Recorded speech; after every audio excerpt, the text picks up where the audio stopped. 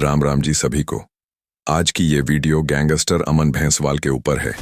जी हाँ दोस्तों, वही अमन भैंसवाल जिसको अभी कुछ समय पहले ही अमेरिका ने डिपोर्ट किया था। इससे पहले हमने राहुल बाबा के ऊपर और इनकी दुश्मनी के ऊपर वीडियो बनाई थी। अगर आपने वो वीडियो नहीं देखी तो जरूर देखना।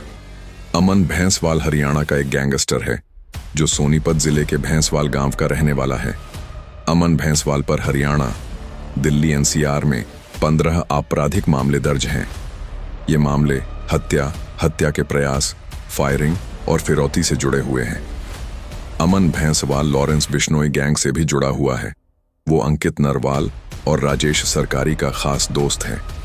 अंकित नरवाल और राजेश सरकारी के बारे में आप जानते होंगे।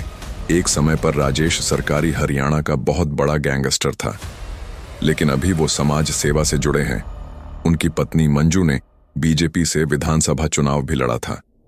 वहीं अंकित नरवाल लॉरेंस बिश्नोई के खास दोस्त संपत नेहरा की मौसी का लड़का है। अंकित नरवाल भी डबल मर्डर केस में जेल जा चुका है। इसके अलावा अंकित पर और भी ज्यादा मुकदमे लगे हुए हैं। अंकित नरवाल भी अभी बदमाशी की लाइन से दूर हो चुका है।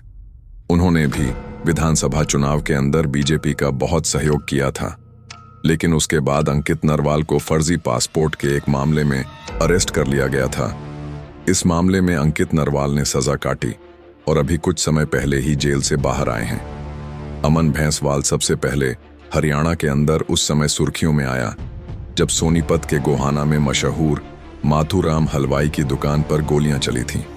जी हां दोस्तों, ये दिन था 21 जनवरी 2024 का।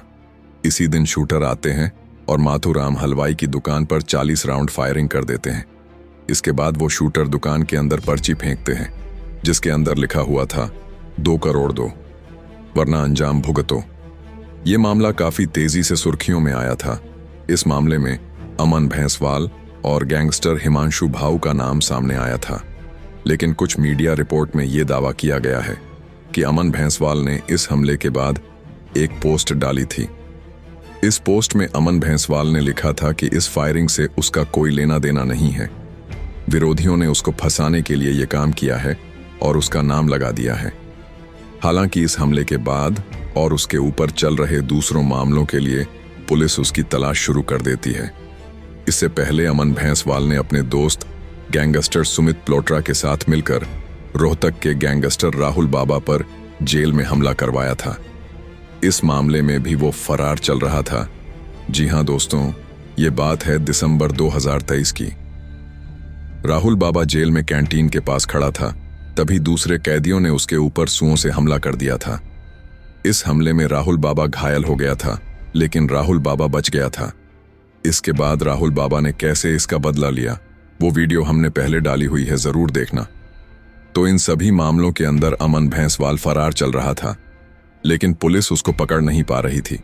अमन भैंसवाल को डर था कि वो आज नहीं तो कल पकड़ा जाएगा, उसके बाद उसको जेल में डाल दिया जाएगा। जेल और पुलिस से बचने के लिए अमन भैंसवाल ने फर्जी पासपोर्ट बनवाया और अमेरिका फरार हो गया।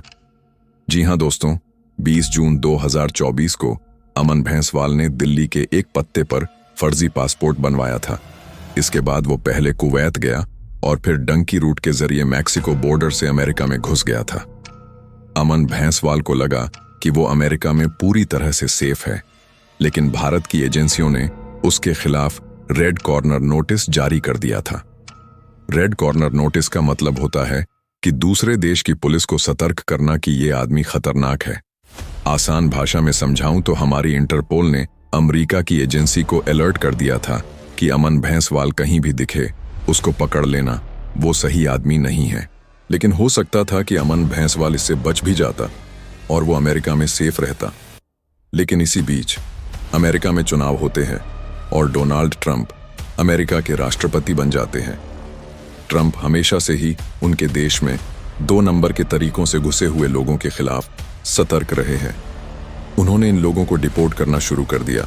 ऐसे में अमन भैंसवाल भी पकड़ा गया क्योंकि वो फर्जी तरीके से अमेरिका में घुसा था। उसको गिरफ्तार कर लिया जाता है। वहां पर अमन भैंसवाल को लगभग 2 महीने तक हिरासत में रखा जाता है। इसके बाद 7 जनवरी 2026 को उसको डिपोर्ट कर दिया जाता है और वो हिंदुस्तान पहुंच जाता है। जैसे ही अमन भैंसवाल दिल्ली एयरपोर्ट पर उतरा तो उसके सामने स्पेशल टास्क फोर्स वाले उसके स्वागत के लिए खड़े थे। वो लोग अमन भैंसवाल को सीधा कोर्ट लेकर जाते हैं और रिमांड पर लेते हैं। अभी अमन भैंसवाल जेल में बंद है। अब सबसे बड़ा सवाल ये है कि क्या अमन भैंसवाल को हरियाणा की अलग अलग अदालतों में पेश किया जाएगा और क्या उसे दूसरे केसों में भी प्रोडक्शन वारंट पर लिया जाएगा। आपका इस खबर पर क्या कहना है, कमेंट करके जरूर बताना। आज की इस वीडियो के अंदर बस इतनी ही। जल्दी मिलते हैं एक और नई वीडियो के साथ।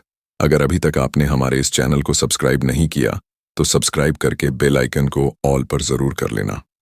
जय बजरंगबली, जय श्री राम, धन्यवाद।